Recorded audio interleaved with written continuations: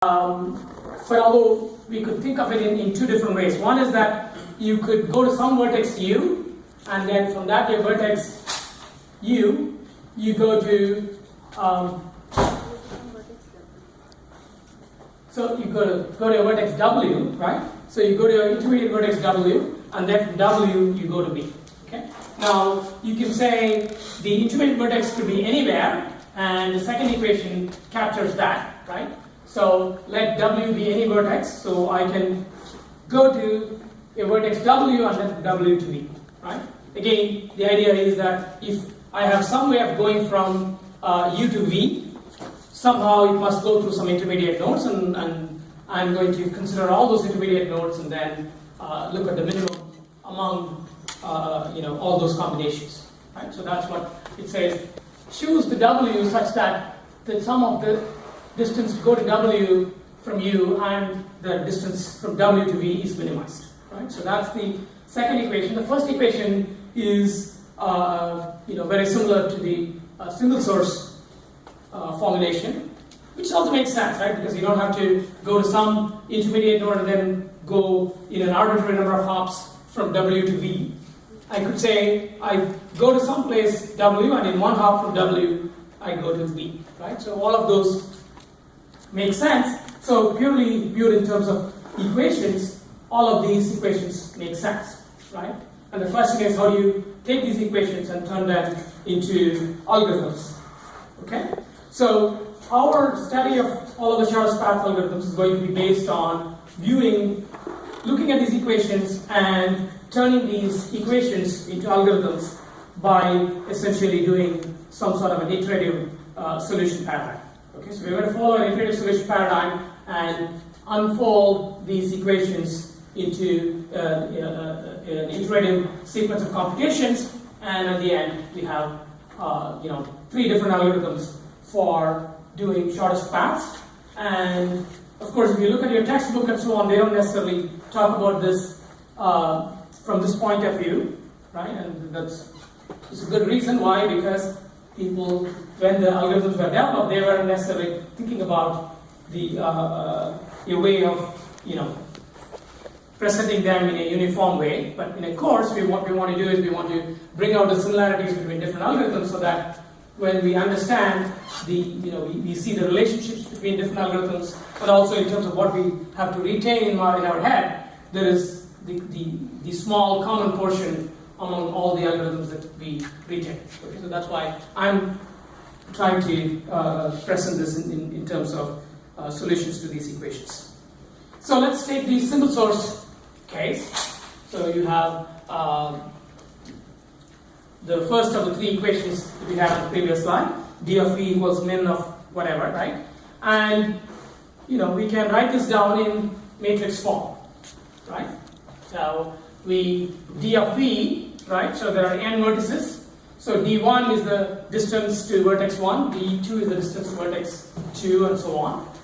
And what we are saying is, again, the multiplication of these two matrices, right, is essentially that equation, right? Because once again, whenever we talk about shortest paths and matrix formulations, we always say, okay, we are going to replace multiplication by addition and addition by min operation, right? Because we want to say composition of two paths, right? So I go from A to B and then B to C, right? The distances should add up. That's why instead of multiplication, I'm doing addition.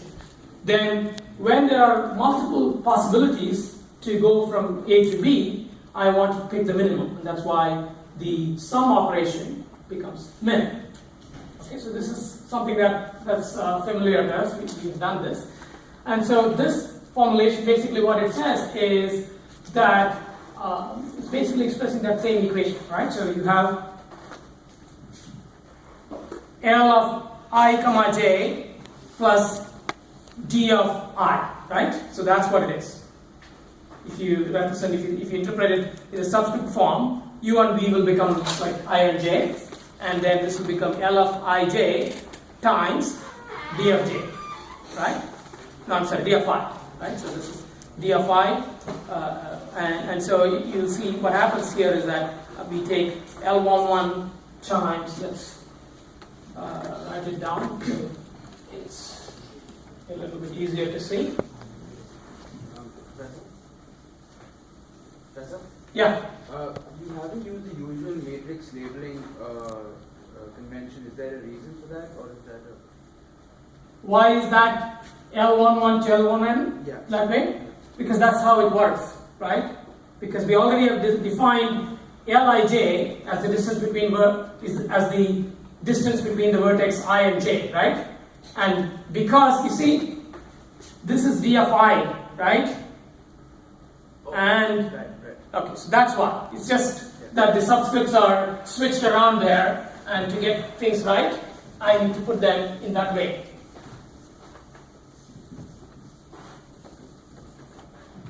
So let's write down the jth row, right? It says dj equals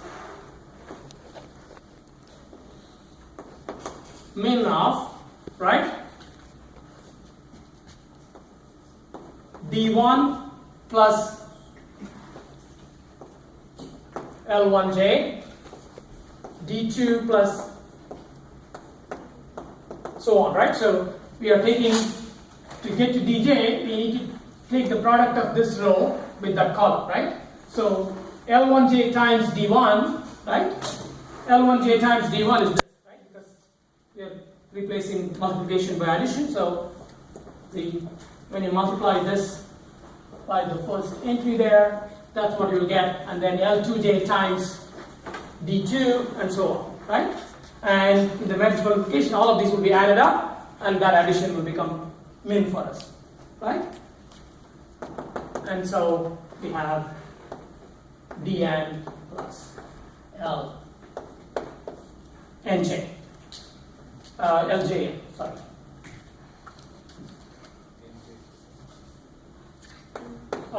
Did I make a mistake? LNJ, right? So that's just a typo. I'm sorry. So this is a typo. This should be LNJ. Okay? And this is, obviously now you can see that this is nothing but that equation, right? So u, v, and this is u, right? So in every one of these you see that it's basically that same equation expressed in matrix form. And the reason why I'm expressing it in matrix form is that, again, you can see immediately the connection between this problem and solving linear simultaneous equations, right? So if you try to express a linear simultaneous equation and try to solve it using an iterative technique, you end up with an equation like this, and you simply substitute some values for d1 through dn on the right hand side, and then you'll get a new set of values for d1 through dn. Okay? And then you keep repeating it until you get to a fixed point or a solution. Okay, so what is our initial estimate? Our initial estimate for d1 through dn is going to be infinity. For the moment, let's say S is nothing but the vertex 1, right? So it doesn't really matter. It just makes it convenient for our discussion if we set S to be the vertex 1, right? So we will say, so when we start the fixed point iteration, our initial approximation is that d1 is 0 and d2 through dn are going to be infinity, right? Because we haven't really computed, we don't know the distance to them, so we are going to start with an estimate of infinity, okay? And then we will use this equation to compute the next iteration, right? So let's take, once again, d0j,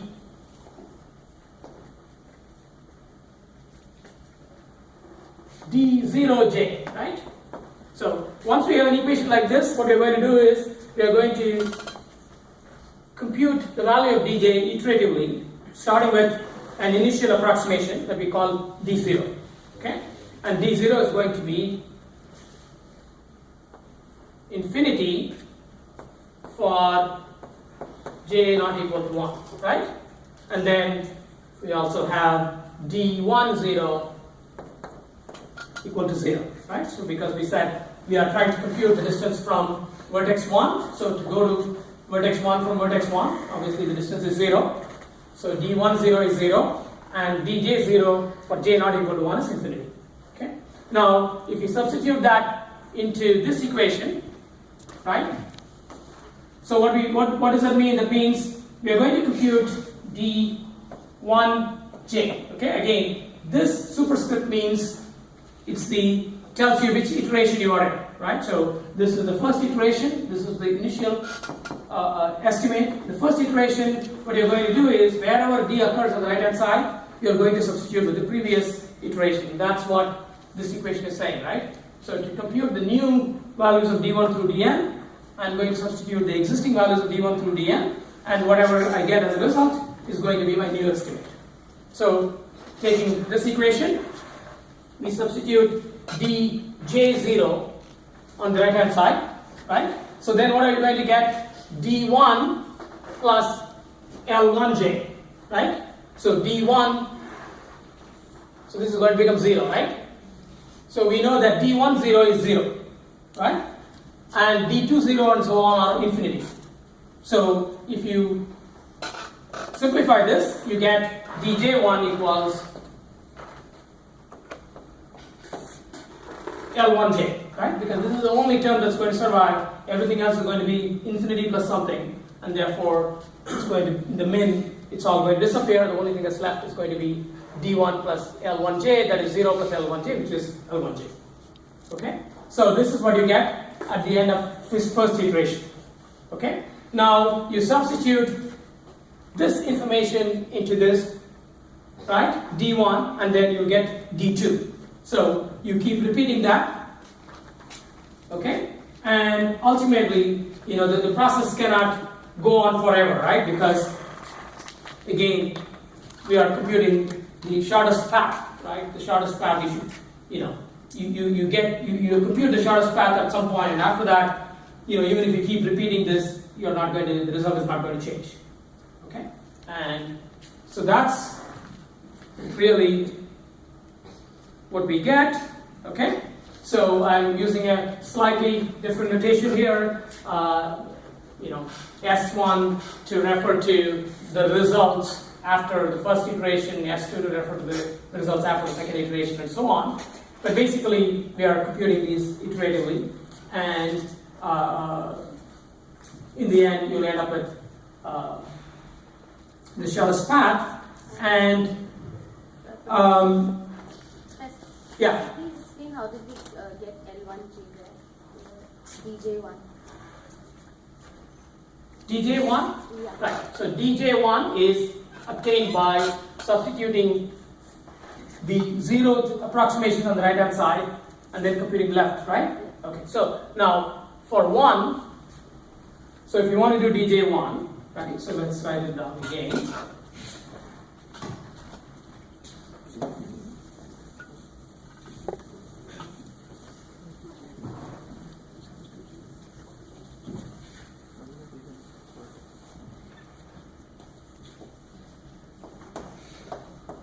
DJ1 is min of D10 plus L1j, right? Plus D20 plus L2j, so on, right? Now that's equal to, we know that this is 0, so we have L1j, and this is infinity, so we will have infinity, infinity, and so on, and that's, right? So that's all. So,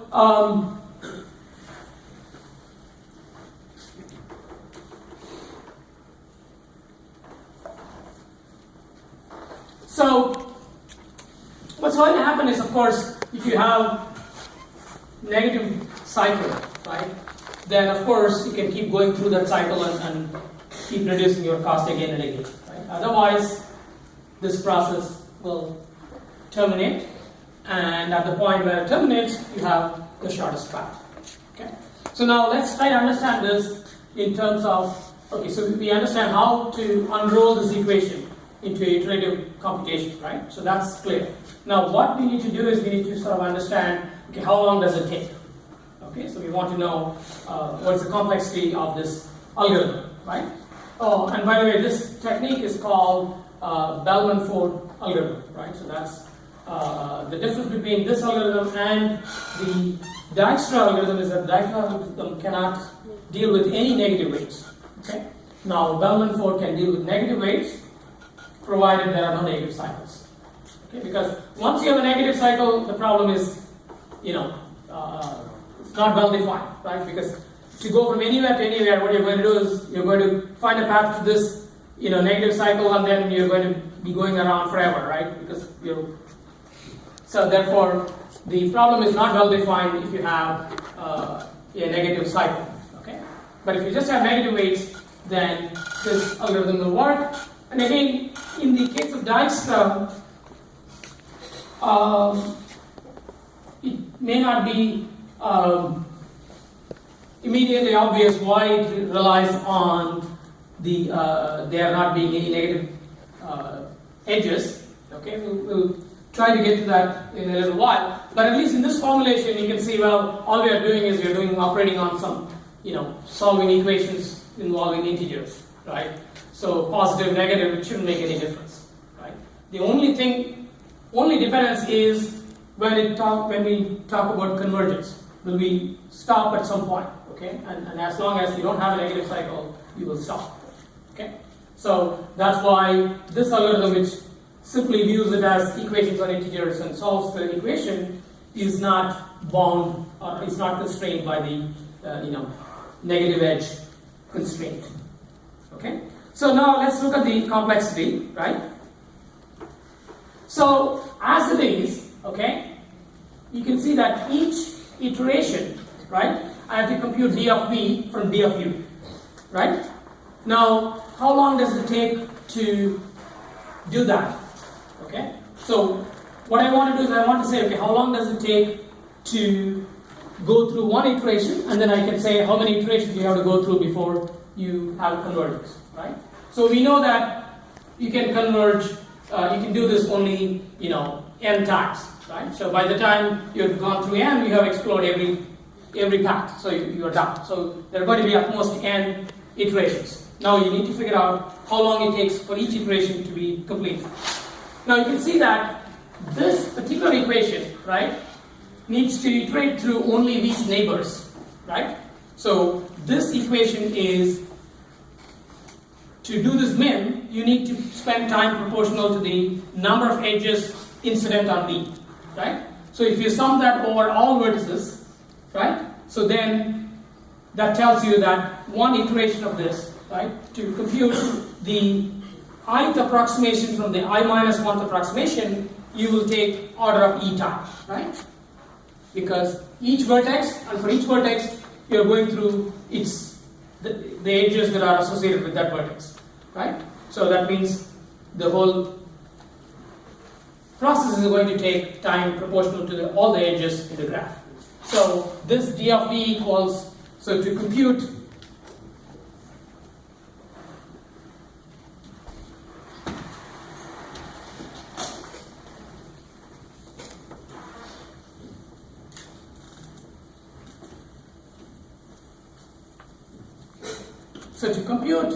di from di minus 1 takes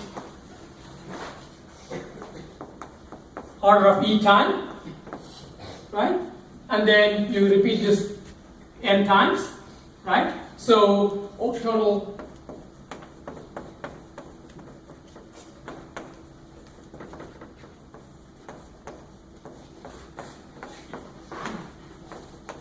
total complexity is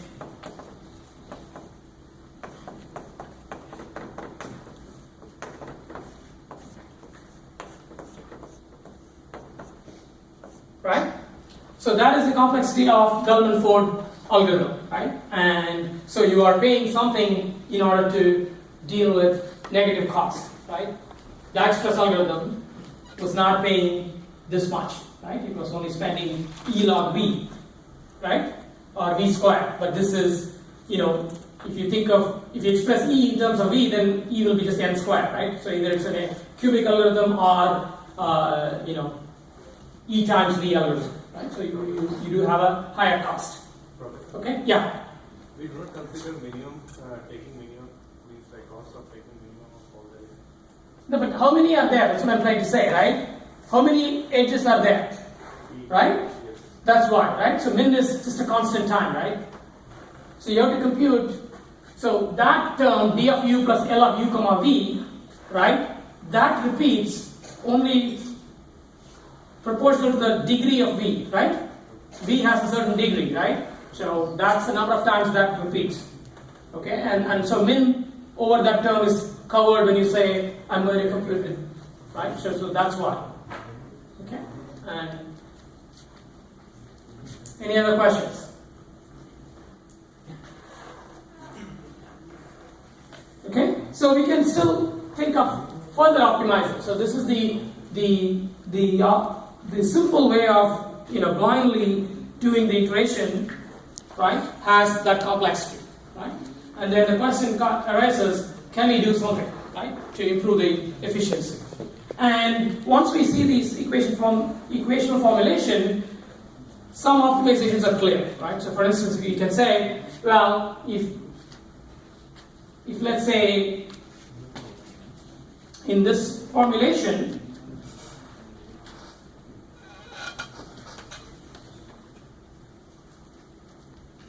let's take, instead of just thinking about the general case, let's say V has only two neighbors, U and W, okay? So just to, you know, avoid very cumbersome notation. So we say, you know, dV of I equals du of I minus 1 plus L uv, comma, dw I minus 1 plus LW. Okay? So let's say V has only two neighbors, then I can simplify that big formula into just two terms. Right? Yeah? That is dV, right? Because remember, the equation form is we go from S to a neighbor of V, and then we go from that neighbor to V. Okay, so U and W are neighbors of V. Okay, so that is this equation. There is another equation where we go through an arbitrary intermediate vertex. But in this equation, we are not going to arbitrary intermediate, we are going to neighbor. Okay, so, and what we can say is that suppose, and we can also write down what is the, you know, I plus 1 of V equals min of. It's the same thing, just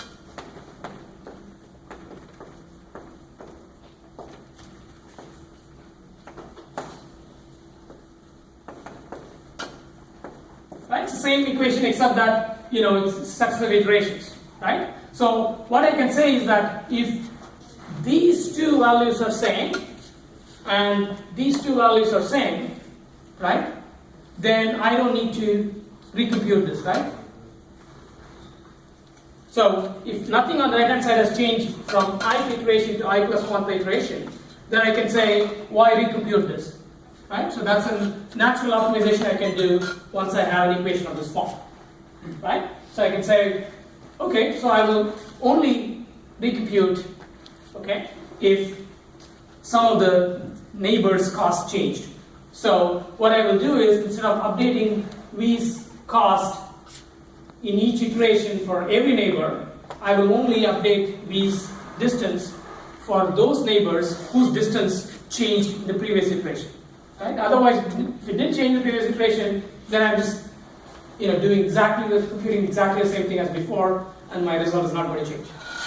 Okay, so that's an optimization, but actually, at least, you know, while in practice, it might make your algorithm faster. At least in the asymptotic sense, the algorithm doesn't change. Okay, the complexity does not change. Okay, and why does it not change? Because how can we say when is the neighbor's cost going to change? Right? Can we say ahead of time, okay, I don't expect the neighbor's cost to change each time? Well, it's kind of hard to say, right? It's hard to analyze and say, for this graph, I think the neighbor's cost is not going to change. Okay, so as a result of that, the even though you are eliminating some